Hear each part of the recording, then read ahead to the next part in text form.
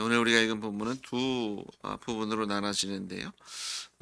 책을 잡기 위해서 계속해서 서기관들과 또 대지상의 무리들 또 바리새인들이 계속해서 예수님을 공격하고 있는 것을 보게 됩니다. 첫 번째 이야기는 서기관들이 그 전에 있었던 이제 9절부터 18절에 있었던 이 포도원 농부의 비유를 통해서 이 건축자의 버린 돌이 모퉁이의 머릿돌이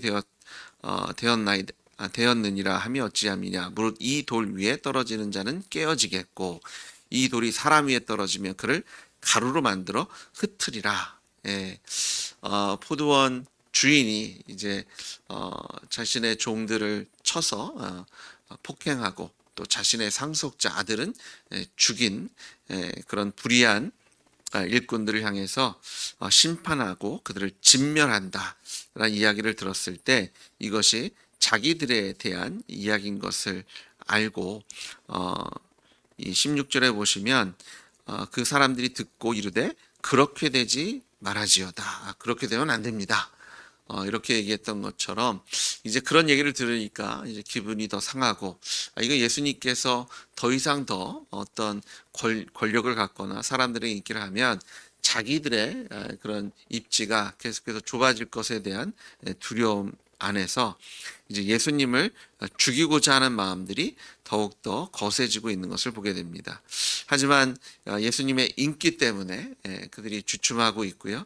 그래서 백성들 앞에서 예수님의 흠을 잡기 위해서 계속해서 예수님께 그런 토론을 질문을 던지고 있고 꼬투리를 잡으려고 책을 잡기 위해서 수고하는 것을 보게 됩니다.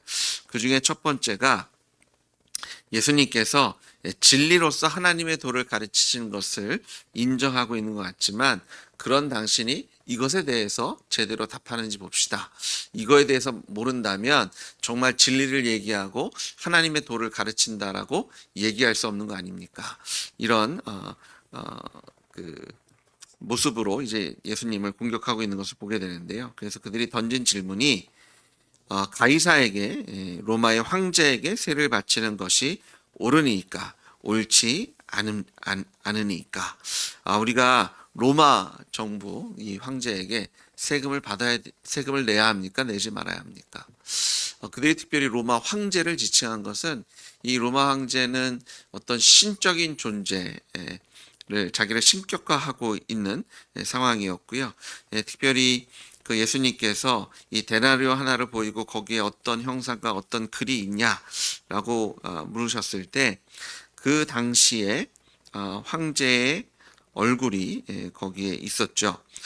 그 당시 황제가 디베리우스의 얼굴이 있었고요. 그리고 그 뒷면에는 그 디베리우스 황제의 어머니가 새겨져 있는데 마치 여신처럼 묘사된 그림이 새겨져 있었다고 합니다. 그러니까 데나리온 자체에 어떤 황제의 얼굴 그리고 뒤에 그 황제의 어머니의 모습이 되어 있는데 마치 그런 여신을 상징하는 듯한 모습이 되어 있으니까 이 동전 자체가 상당히 우상을 섬기는 듯한 거였고요. 그래서 유대인들은 이 화폐를 몸에 지니고 다니는 것을 기뻐하지 않았던. 하지만 또 예수님께서 데나리온을 좀 보여달라고 했을 때 돈이 나온 걸 보면은 그래도 사용했던.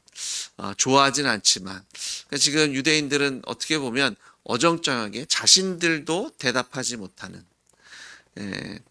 특별히 이 사두개인 같은 사람은요, 이제 부활 논쟁을 했던 사두개인 같은 사람은 이 당시에 이 로마의 정권에 붙어서 어떤 권력을 누리고 있었던 사람이기도 합니다.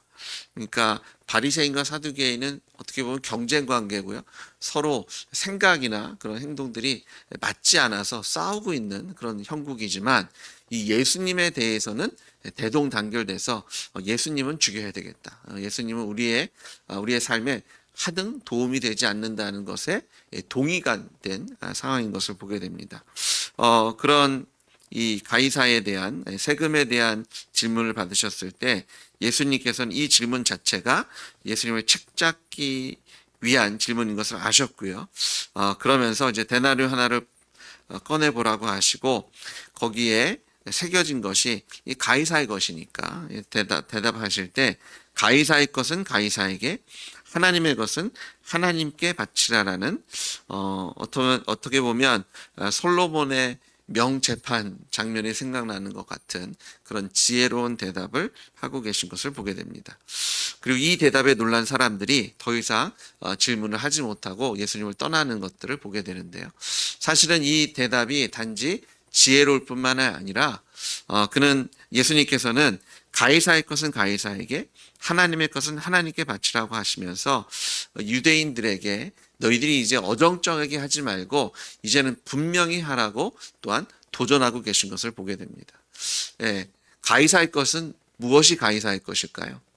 예, 가이사의 것이 있을까요? 예, 황제의 것이.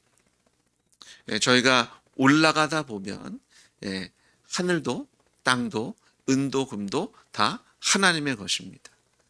그러니까 지금 하나님 앞에서 그들이 어정쩡하게 양다리 걸치고 있는 것이 아니라 하나님의 것은 하나님께, 하나님의 것을 하나님께 바치다 보면 이제 우상 숭배를 멈추고, 그들이 재물과 하나님을 겸하여 섬기는 것도 멈추고, 그들이 명예와 또 권력을 하나님과 함께 섬겼던 것을 멈출 수밖에 없는 그런 예수님의 도전의 말씀인 것을 보게 되고요. 또한 그 안에 지혜가 담겨 있는 것 또한 발견하게 됩니다.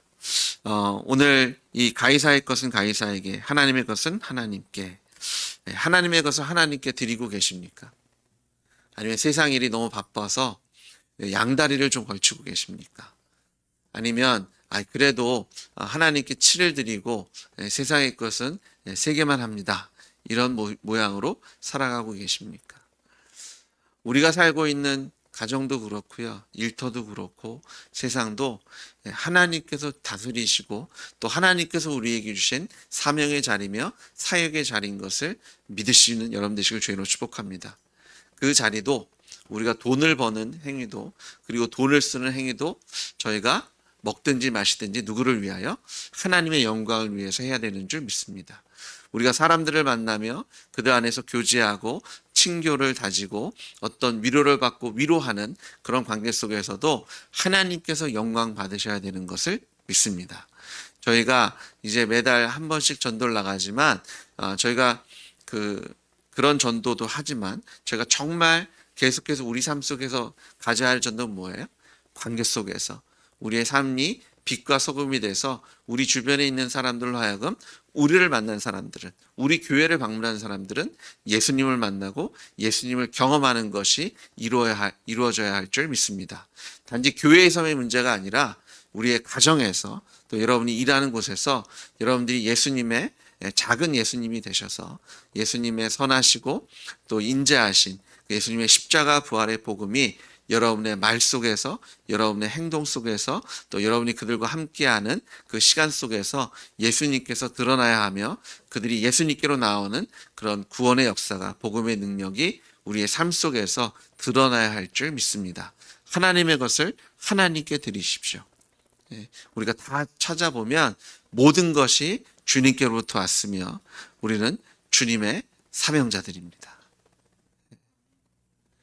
저희가 무엇을 하든 하나님의 영광을 위해서 하셔야 합니다. 그러면 우리가 하면 결코 하나님께서 영광 받으실 수 없는 것이 있습니다. 그렇잖아요. 우상 숭배를 하는데 그것이 하나님의 영광이 될 수 없고요. 우리가 분명히 술 취하지 말라고 하셨는데 주정하고 있다면 성령 충만한 것이 아니라, 그럼 그것이 하나님께 영광이 될 수 없습니다. 무엇을 하든 하나님께 영광이 되니까 내가 주님을 생각하며 또 다른 술을 마시면, 그것도 기도하고 술을 마시면 이것도 하나님의 영광이 되지 않을까? 이것은 말장난하는 거죠. 하나님의 것을 하나님께 드리십시오. 가이사의 것 가이사에게 주라 그랬으니까 내가 지금 세상에서 해야 되는 것? 아니요. 그 모든 자리가 하나님께 우리에게 허락하신 우리의 사명의 자리고, 하나님께 우리를 보내신 우리의 선교지입니다. 먹든지 마시든지 사람을 만나든지 대화를 하든지 그 모든 것이 하나님의 영광이 되도록, 우리를 만난 사람들이 예수님을 만날 수 있는 그런 성령의 충만한 열매로 가득 채워주시는 여러분 되시길 주님으로 축복합니다. 두 번째 질문은 부활에 대한 질문을 합니다. 이 사두개파는요, 다윗과 솔로몬 시대에 이 제사장 사독에게 기원된 집단이라고 얘기합니다. 그들은 모세 오경만을 인정했고요. 다른 전승, 다른 문서들의 권위는 인정하지 않았던 사람이고요. 그들은 특별히 부유한 사람들이었고 이 정치적인 세력을 갖고 있었던 사람들입니다. 그래서 로마의 통치 아래서 그런 자신들의 이권을 누렸던 사람이고요. 이 예루살렘이 함락되면서 사라진 무리가 사두개인입니다. 어떻게 보면 양다리를 걸치고 있었던 사람입니다. 모세 오경을 인정하면서 자신들도 거룩한 하나님의 그런 일꾼이라고 얘기하고 있지만 또 그 와중에 로마의 정권에도 붙잡고 있었던, 어쩌면 그들은 이 세금에 대한 질문을 했을 때 가슴 떨렸을지도 모릅니다. 그래서 예수님께서 이게 제대로 말해주니까 아유 끝났다. 그런데 자신들도 가만히 있을 수 없으니까 또 예수님을 책잡으려고 또 다른 질문을 합니다. 부활에 대한, 특별히 사두개인들은요 부활을 믿지 않았거든요. 그래서 이 모세를 통해서 계대 결혼이라는 그 땅, 하나님께서 허락하신 땅을, 그 유산을 이제 계속해서 그 후대에 전달하기 위해서 준 그런 전승을 가지고 예수님을 책잡으려고 합니다. 형제가 7인데 첫째가 자식 없이 죽어서 이제 둘째가 그 형의 아내를, 근데 둘째도 그렇게 죽고 셋째도 죽고 다 7째까지 다 자식 없이 죽었는데 이 사람들이 다 부활한다면 그런 부활에서 만난 그 여인은 누구의 아내이겠습니까? 어쩌면 그들은 이 질문을 한 후에요, 야 드디어 책을 잡았다. 예수님께서 이거는 대답 못 하시겠지. 이 당시에 유대인들은 그 천국을 지금 그들이 살고 있는 그런 삶과 동일한 비슷한 삶을 그들이 살아갈 것이라고 생각했다고 합니다.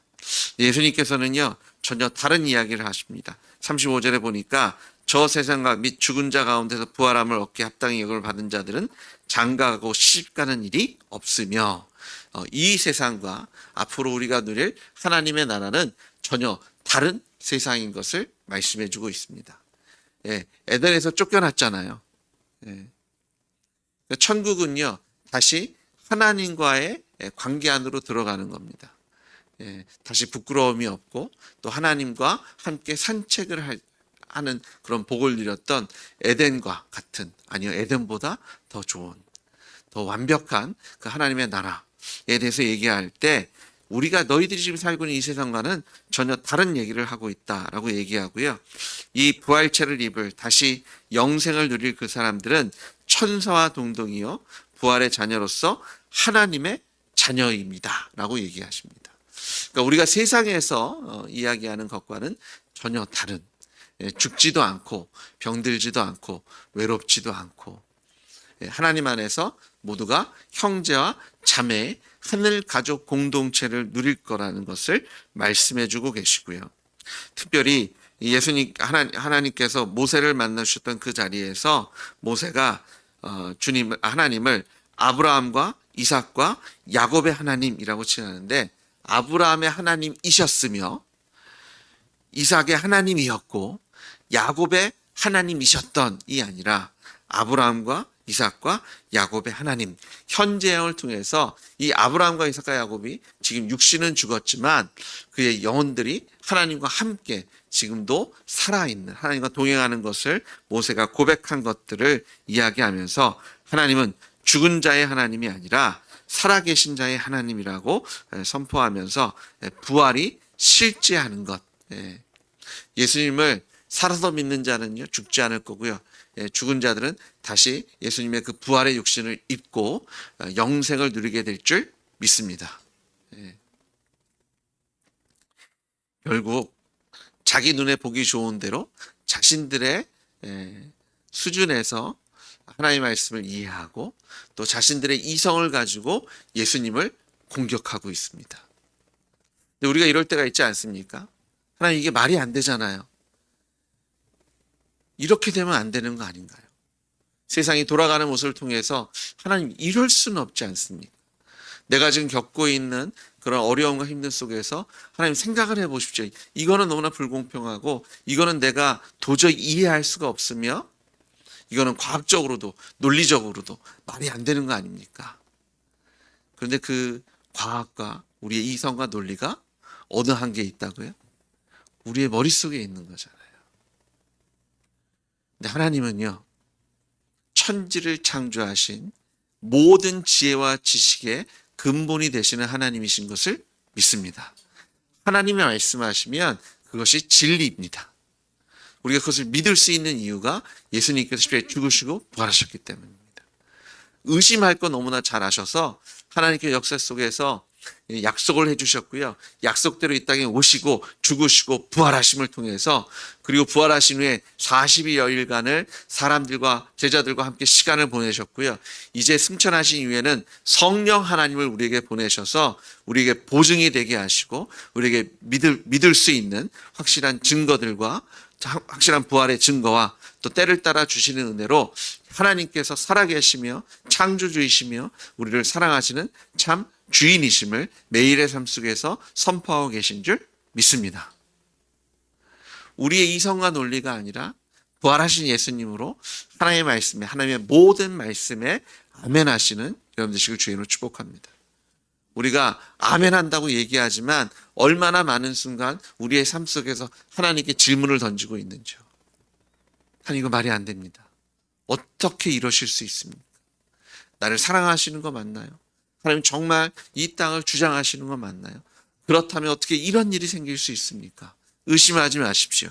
두려워하지 마십시오. 걱정하지 마십시오. 예수님 부활하셨습니다.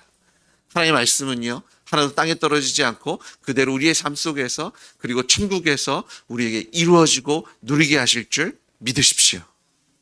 눈에 보이는 것에 흔들리는 것이 아니라 우리가 오랫동안 기도했지만 아직도 하나님께서 내가 원하는 대로 응답하지 않으셨다고 거기에 좌절하고 거기에 불평하고 거기에 하나님께 화내는 것이 아니라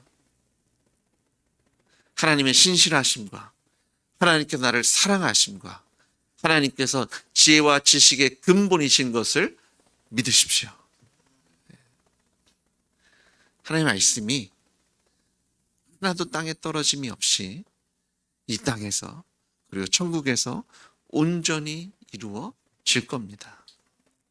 믿음으로 인내하시고 이해 안 되는 거요. 하나님께 우리에게 이해도 시켜주시겠지만 부활의 증거로 받아들이십시오. 저희가 이해 못해서 못하겠다는 것은요, 그 거짓말입니다.